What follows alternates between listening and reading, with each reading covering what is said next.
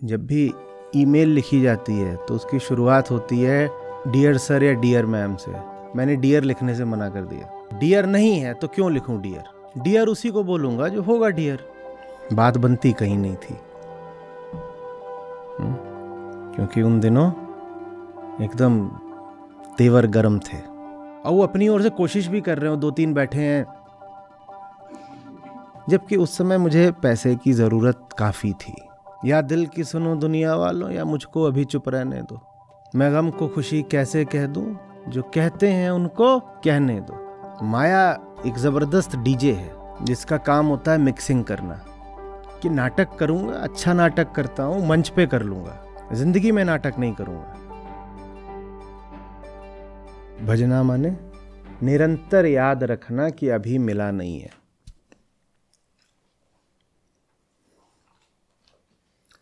भक्ति पर बहुत बार बात करी है। भक्ति और भजन दोनों एक ही मूल से उठते हैं। किससे? भज। तो भक्ति और भजन एक ही बात होती है। भक्ति में भजन नहीं किया जाता। भजन किसी क्रिया का नाम नहीं है। भजना ही भक्ति होता है। और भक्ति माने क्या? भज माने क्या होता है? भज दूरी। जैसे योग किससे आता है? किस धातु से? युज। उसके विपरीत भक्ति कहाँ से आती है? युज माने क्या होता है? और भज माने क्या होता है?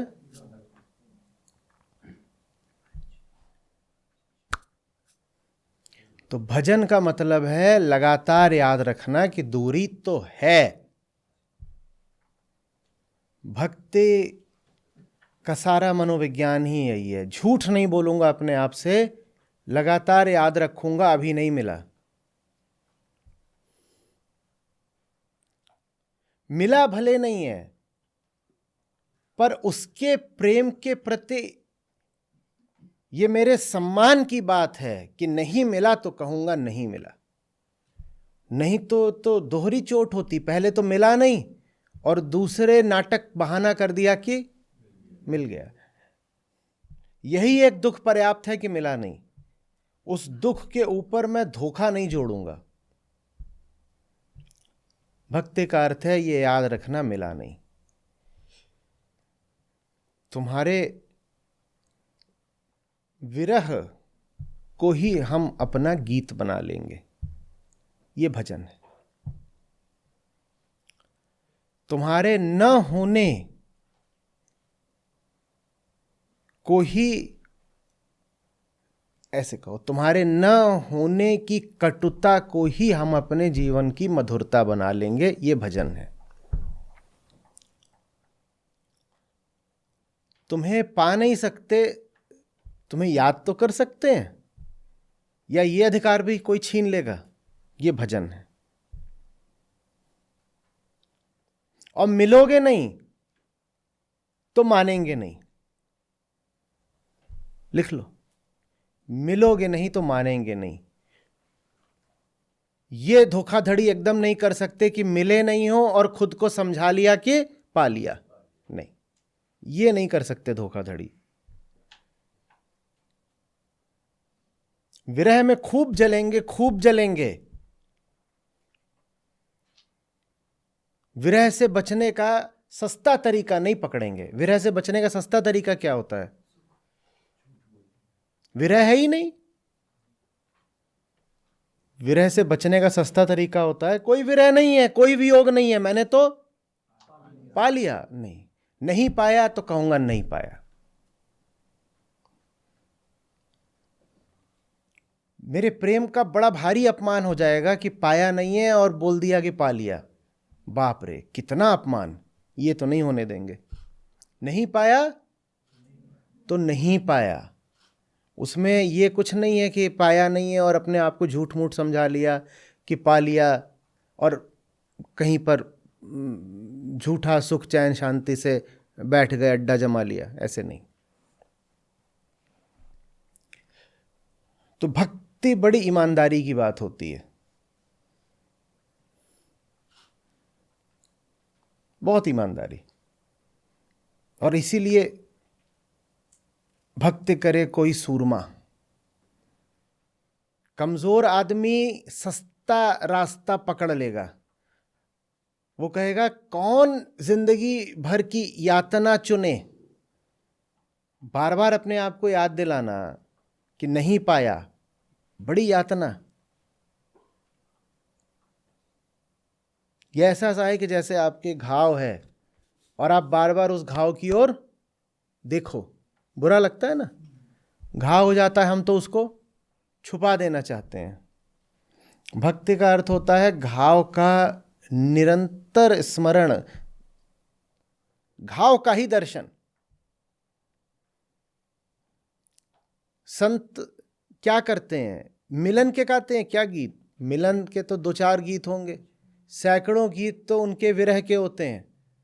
वो अपने घाव को ही अपना गीत बना लेते हैं। वो झूठ मूठ नहीं बोलते हैं कि मिल गया मिल गया मिल गया। वो तो ये नहीं मिला है।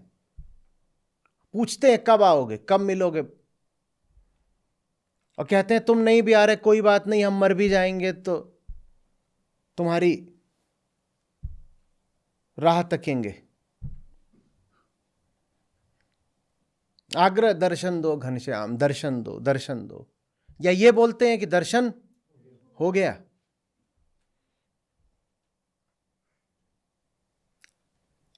और लगातार इस स्वीकृति में जीना कि नहीं मिला है, सोचो कितना उसके लिए हौसला चाहिए। छोटा आदमी, हल्का आदमी तुरंत क्या करेगा? कहेगा मानना बंद करो कि कोई समस्या है, बहुत हो गया, समस्या समाप्त। समस्या की स्वीकृति समाप्त तो समस्या ही समाप्त। क्या बड़े मोटे हैं, जितनी देर तक स्वीकार कर रहे हो मोटे हैं, उतने दिनों तक फिर दौड़ भी लगाओ। अब जाते हैं दौड़ लगाने, उसमें बेईमानी, दौड़ लगाने की जगह पेड़ पे बैठ गए, चढ़ के कुछ किया। दौड़ने गए थे, वहां दौड़ते दौड़ते ही गए, रास्ते में जलेबी खाने खड़े हो गए।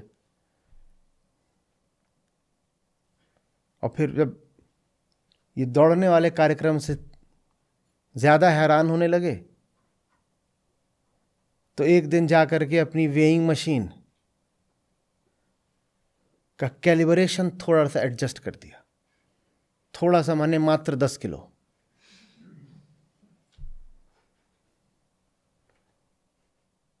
तो वजन सीधे 10 किलो कम हो गया। बोले वजन की समस्या समाप्त, कोई समस्या है ही नहीं। जलेबी लाओ रे, कोई समस्या है ही नहीं। समस्या को स्वीकार करते रहना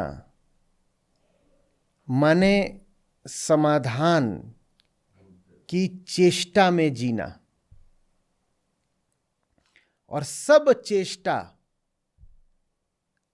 जो भीतर तमस बैठी है उसको अखरती है। उसको क्या चाहिए?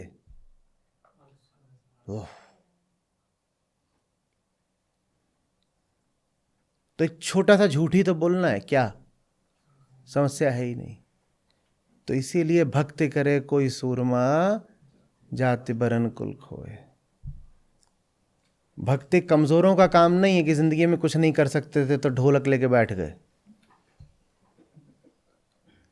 भक्ति बड़े से बड़े साहसी का काम है जो लगातार इस तथ्य में जी सके कि जीवन जिस हेतु है वो अभी प्राप्त हुआ नहीं, यात्रा बड़ी अधूरी अभी।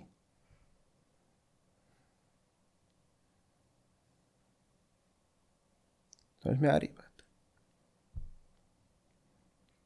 ये स्वीकृति भक्ति है। और भजन को ऐसे कह सकते हो कि यही स्वीकृति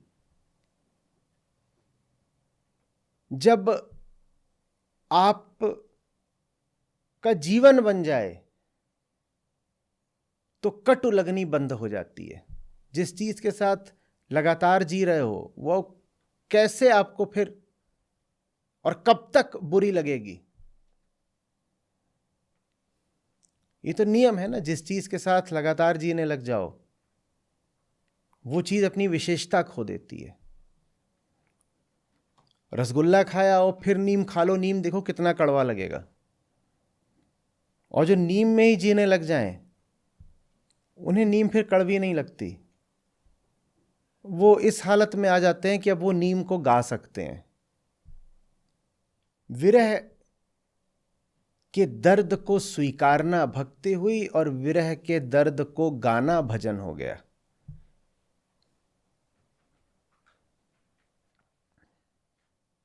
भजन में फिर दोनों है, आनंद और आंसू। भजन का आनंद असली तभी है जब जीवन के आंसुओं से उठाओ। विरह से जो गीत उठे उसे भजन कहते हैं। विरह से जो गीत उठे उसे भजन कहते हैं। आंसू से जो आनंद उठे उसे भजन कहते हैं।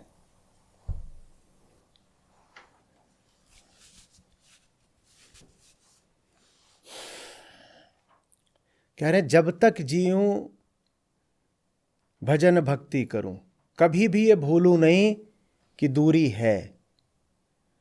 झूठ मूठ अपने को नहीं बताऊंगा कि यात्रा समाप्त हो गई, घर मिल गया। नहीं मिला है घर, दूरी है। जब तक जीऊंगा हर सांस में याद रखूंगा कि मामला अभी अधूरा है। सच काटता हो कचोटता हो तो भी स्वीकार है। झूठ सहलाता हो सांत्वना देता हो तो भी अस्वीकार है। जब तक जीऊं भजन भक्ति करूं, ठीक है। सच लगेगा बुरा, पर है हमारे पास वो साहस कि उसकी कड़वाहट को झेल लेंगे, उसके दंश को। झूठा सुख तो नहीं मनाऊंगा। ये मेरी गैरत, मेरी गरिमा से नीचे की बात है। ये नहीं कर सकता कि जैसे किसी का बोर्ड का रिजल्ट घोषित हुआ हो और वो सोच रहा था कि कम से कम 95 आएंगे, आए हैं 85।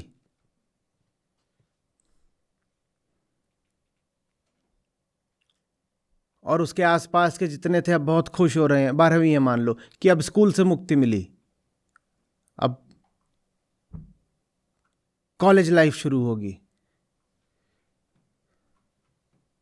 तो वो उसको बोल रहे हैं आजा आजा आजा, सेलिब्रेट करेंगे। वो पूछ रहा है सेलिब्रेट क्या करेंगे? बोल रहा रिजल्ट आया ना, रिजल्ट सेलिब्रेट करेंगे और खूब मौज है, आ जाओ, ये पार्टी है, खाना पीना सब। और वो जा ही ना पाए। वो कहे मैं कैसे भूल जाऊं कि मौज मनाने लायक तो कुछ हुआ ही नहीं है। पर भुलाने में सुख पूरा है कि नहीं? खाना पीना, 12वीं कॉलेज के दिन, लड़के लड़कियां, रंग, अगर वो भुला दे तो सोचो उसे क्या क्या मिल जाएगा। पहली बात तो भीड़ का साथ, दूसरा इंद्रियों के कई तरह के सुख, तीसरा ग्लानि और पश्चाताप से एक सस्ती मुक्ति। भक्ति उसके लिए है जिसके अगर 85 आए हैं तो वो अपने आप को ये न जता पाए कि कुछ बहुत अच्छा हो गया। वो कहे कहां, अभी तो दिल्ली बहुत दूर है, मैं कैसे शामिल हो जाऊं तुम्हारी खुशियों में जब यहां खुश होने लायक कुछ। भक्ति उनके लिए। फिर वो वहां पर जाकर के पार्टी करते हैं और ये अकेले बैठ के, अरे बढ़िया,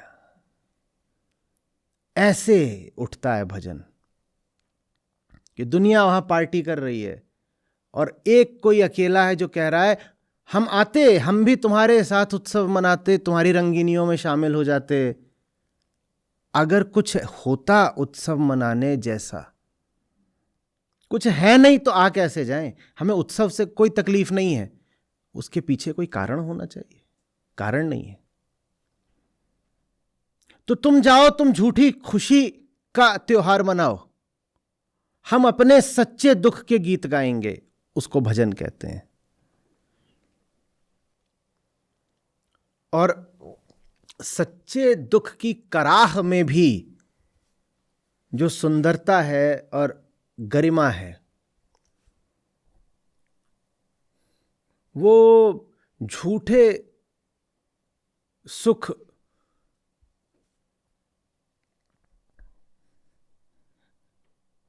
के ढोल धमाकों में कभी नहीं मिलेगी।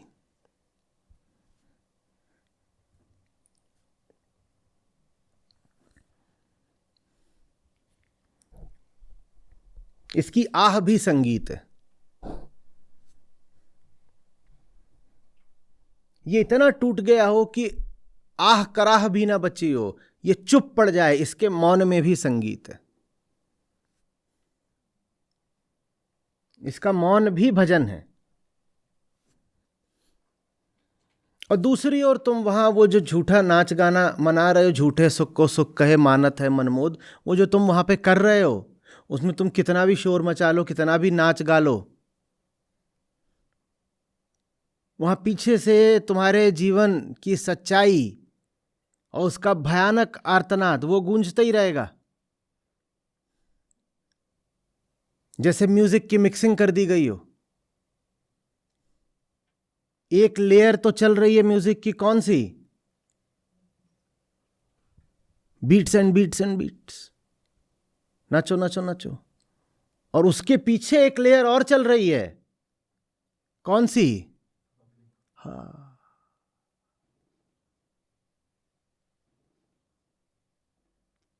उसे प्रलाप बोलते हैं, आर्तनाद, मर्म भेदी कराह। पर वो सुनाई नहीं देती, क्योंकि आगे क्या चल रहा है?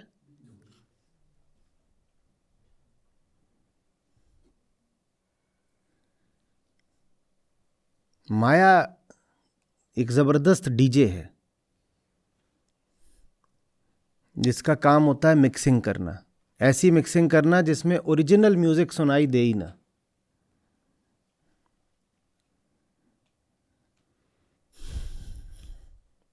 जहां कहीं भी कराह निकल रही होती है, उसके ऊपर एक जोर की क्या डाल देती है? बीट। लो सुन लो। और जिंदगी में हमें वो बीट चाहिए, इसीलिए होती है ताकि उसके पीछे कराह छुप जाए।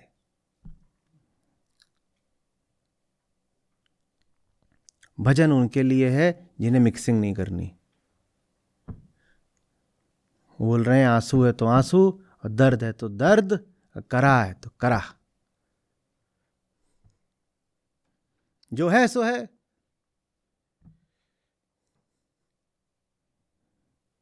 या दिल की सुनो दुनिया वालों, या मुझको अभी चुप रहने दो। मैं गम को खुशी कैसे कह दूं, जो कहते हैं उनको कहने दो। गम है तो है, हम उसी के गीत गाएंगे। और ये नहीं कि हम गाने में तुमसे कोई पीछे हैं, हमारे भी अपने गीत हैं।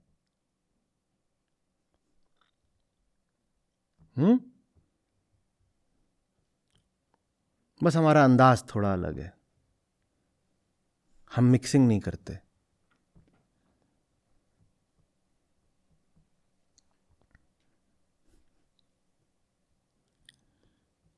है ना? बीट रहित बस युद्ध हो, कोई मिक्सिंग विक्सिंग नहीं। गाते हम भी हैं, पर उसमें ये धिनचक धिनचक की कोई जरूरत हमें लगती नहीं। तुम्हारा संगीत है सच्चाई छुपाने के लिए, और हम भजते हैं सच्चाई अपनी गाने के लिए।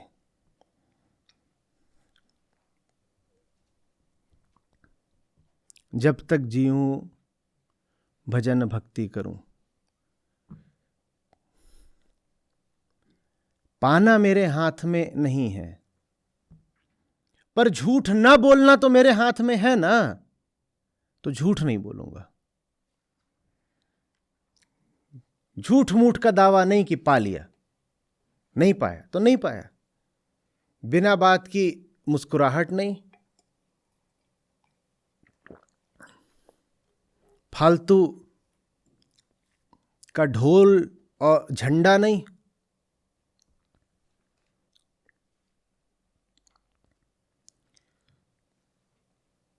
ये चीज़ मेरे इतना सर चढ़ के बोली थी। मैं IIM में था, वहाँ प्लेसमेंट प्रोसेस में एक अड़चन आ गई थी। जब भी ईमेल लिखी जाती है तो उसकी शुरुआत होती है डियर सर या डियर मैम से। मैंने डियर लिखने से मना कर दिया। बहुत छोटी सी बात थी, कुछ और बता दो। डियर नहीं है तो क्यों लिखूं डियर? डियर उसी को बोलूंगा जो होगा डियर। फिर उसका समाधान क्या निकला ये याद नहीं है, पर ये चला था, हफ्ते भर चला था। वैसे नीचे वो लिखवाते योर्स, मैं हिंदी में दूं पंजाबी में दूं फेथ तुम्हारे साथ। तो वहां तो चल गया था, रिगार्ड्स लिख दिया। ठीक, रिगार्ड्स माने होता है यथोचित। यथोचित माने यथा उचित, कि तुमको वो जो तुम डिजर्व करते हो खुद ही सोच लो, जो उचित है तुम्हारे लिए वो दिया। तो रिगार्ड से वहां तो काम चल गया। नीचे ऊपर न जाने क्या लिखा था, पढ़ा होगा पुराना, हेलो हाय पता नहीं क्या। ये शायद कुछ नहीं, बस ऐसे ही शुरू, कोल्ड स्टार्ट।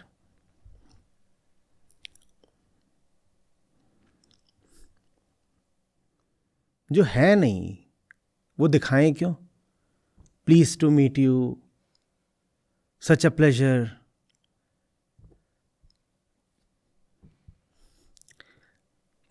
वहाँ पर ऐसे चलता है, कंपनीज आती हैं, शॉर्ट लिस्ट होती हैं, तो डे 0, डे 1, डे 2 ऐसे। डे 0 माने वो जिनके लिए सब जान देने को तैयार रहते हैं, कहते हैं हमें मार डालो और हमारे भूत को नौकरी दे दो, पर दे दो, जान ले लो, दे दो। फिर डे 1 माने बहुत बढ़िया वाली, फिर डे 2 उससे थोड़ा पीछे, और फिर डे 3 आता है। डे 3 आते आते सब निपट ही चुका होता है। तो 3 दिन में 4 दिन में वहाँ सारी पूरी प्रक्रिया निपटा दी जाती है। तो CV मेरा अच्छा था, उसको देख के शॉर्ट लिस्टिंग सारी हो जाती थी। तो डे 0 में ज़्यादा नहीं, 10-12 रहती होंगी कंपनियां, उतनी आती हैं, या शायद 15 या 20। तो डे 0 में शॉर्टलिस्ट होना भी एक अच्छी बड़ी बात मानी जाती है कि देखो डे 0 में शॉर्टलिस्ट आ गई। मेरी डे 0 में खूब शॉर्टलिस्ट आ जाती थी, बहुत सारी। बात बनती कहीं नहीं थी, क्योंकि उन दिनों एकदम तेवर गरम थे।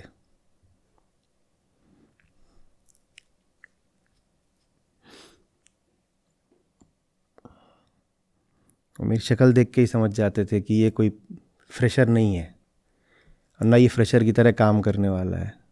एक ने तो बोल ही दिया था, we came here to hire freshers not CEOs। तो वो कोई ऐसा नहीं कि वो चीज़ ऐसी है कि जिसको मैं बोलूं कि सबके जीवन में होना चाहिए, पर एक समय की बात, एक दौर जिसके मूल में यही था कि नाटक करूंगा, अच्छा नाटक करता हूं, मंच पे कर लूंगा, जिंदगी में नाटक नहीं करूंगा। मैं मुस्कुराऊं ही नहीं। और वो अपनी ओर से कोशिश भी कर रहे हो, 2-3 बैठे हैं, इंड्यूसिंग अ स्माइल, अब मैं कुछ हो मुस्कुराने लायक तो मुस्कुरा देंगे, क्या मुस्कुराएं, कुछ है ही नहीं। तो जाने डर जाएं, जाने चिढ़ जाएं, जो भी हो जाए, हम ठीक है।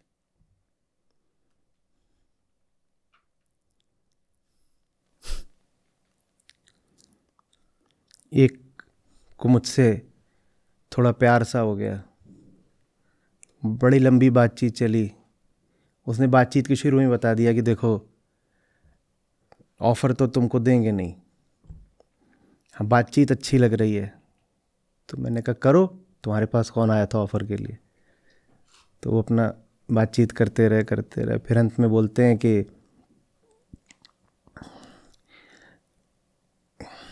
ये कंपनी तुम्हारे लिए नहीं है। मैंने कहा ये कंपनी तुम्हारे लिए भी नहीं है, मैं तो नहीं आ रहा, तुम्हें भी यहाँ बहुत दिन नहीं होना चाहिए। फिर कह रहा हूँ ये कोई ऐसी बात नहीं है जिसको उदाहरण के तौर पे बता रहा हूँ, पर एक जज्बा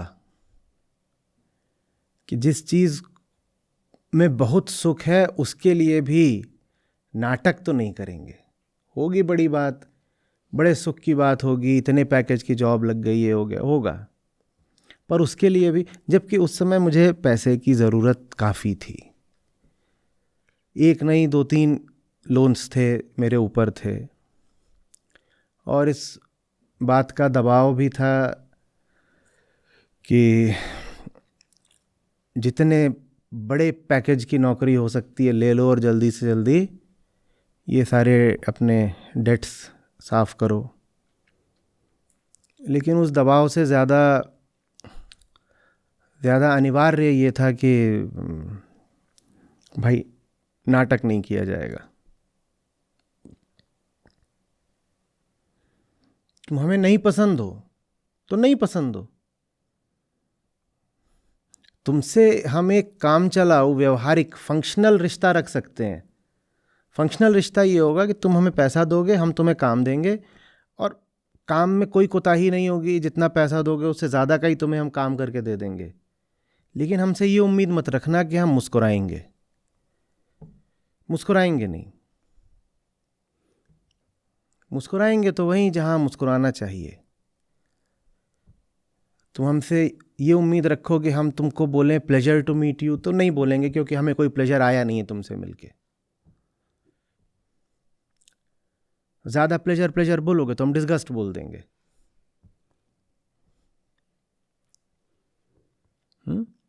काम का रिश्ता रखो ना। कोई हमारे साथ तुम परिवार बसा रहे हो क्या, तो काम करा लो, तुम पैसे दो हम काम कर देंगे। पर ये पूछोगे कि क्या तुम यहाँ फ्यूचर देख रहे हो, वो पूछें how do you see yourself 10 years down the line in our organization, और मैं उसका मुंह ऐसे देखूं, और मेरे मुंह पे लिखा होता था कि सीरियसली तुम्हें लग रहा है मैं 10 साल तुम्हारे यहाँ रुकूंगा।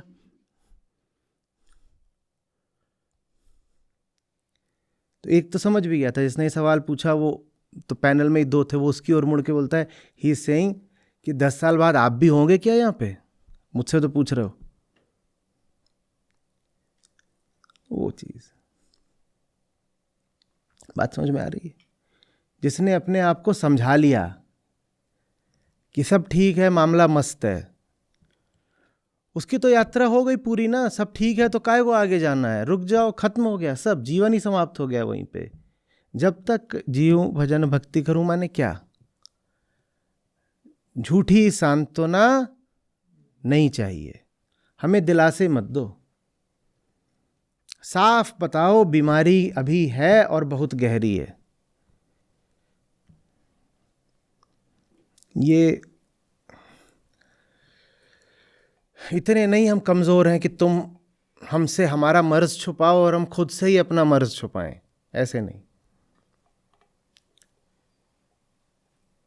और किन चीज़ों के पीछे अपना मर्ज छुपा लिया जाता है, आगे बोल रहे हैं, धन यौवन है दिन दस्कारे, इनके पीछे अपने आप को जता लिया जाता है कि मौज आ गई।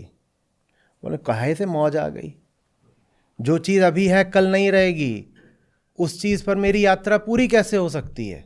यात्रा पूरी होने का मतलब होता है गति थम गई, यात्री ही शेष नहीं रहा।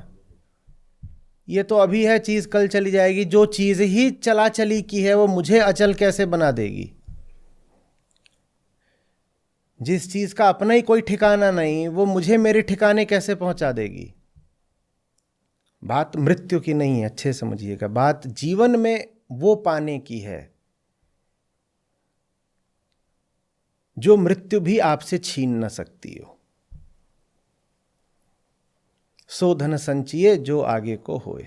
आगे को होए माने मौत भी वो उसको अब इसका परीक्षण क्या मर के करोगे कि कौन सी चीज मौत नहीं छीन सकती?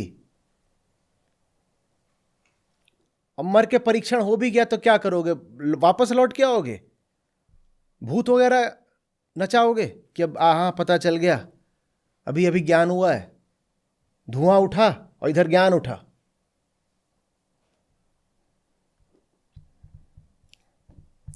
जीते जी ही जान लो कि क्या है जो सिर्फ सतही सुख और संतुष्टि देता है, और अगर कुछ असली चाहिए तो जो चीज़ें सतही सुख देती हैं उनको ठुकराना सीखो। जीवन में कुछ असली चाहिए तो जो कुछ भी सतही है उसको ठुकराना सीखो। बड़े के लिए कम से कम छोटे का तो सौदा कर लो। हमारे पास इतनी तो औकात ही नहीं है कि उस बड़ी वस्तु को पाने के लिए बड़ा दाम चुकाएं। बड़ा हमारे पास कुछ है ही नहीं, क्या चुकाएंगे? पर कम से कम थोड़ा सा तो दाम चुका लो। थोड़ा दाम चुकाना माने क्या? कि कम से कम छोटे सुख को तो ठुकरा दो उस बड़े आनंद के लिए।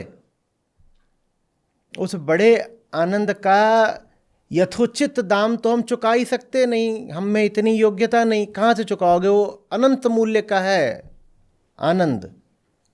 पर आनंद अनंत मूल्य का होगा। थोड़ी तो अपनी नीयत, ईमानदारी दर्शाओ, कुछ तो मूल्य चुकाओ। और वो मूल्य क्या है? कि बड़े आनंद के लिए छोटे सुख को तो ठुकरा सकता हूं। वो जो वस्तु है वो 2 करोड़ की है, उसके लिए कम से कम 2 रुपए की चीज तो छोड़ूं? या 2 रुपए की चीज भी नहीं छोड़ोगे और कहोगे 2 करोड़ भी चाहिए? या इसी 2 रुपए की चीज को घोषित कर दोगे 2 करोड़ की है?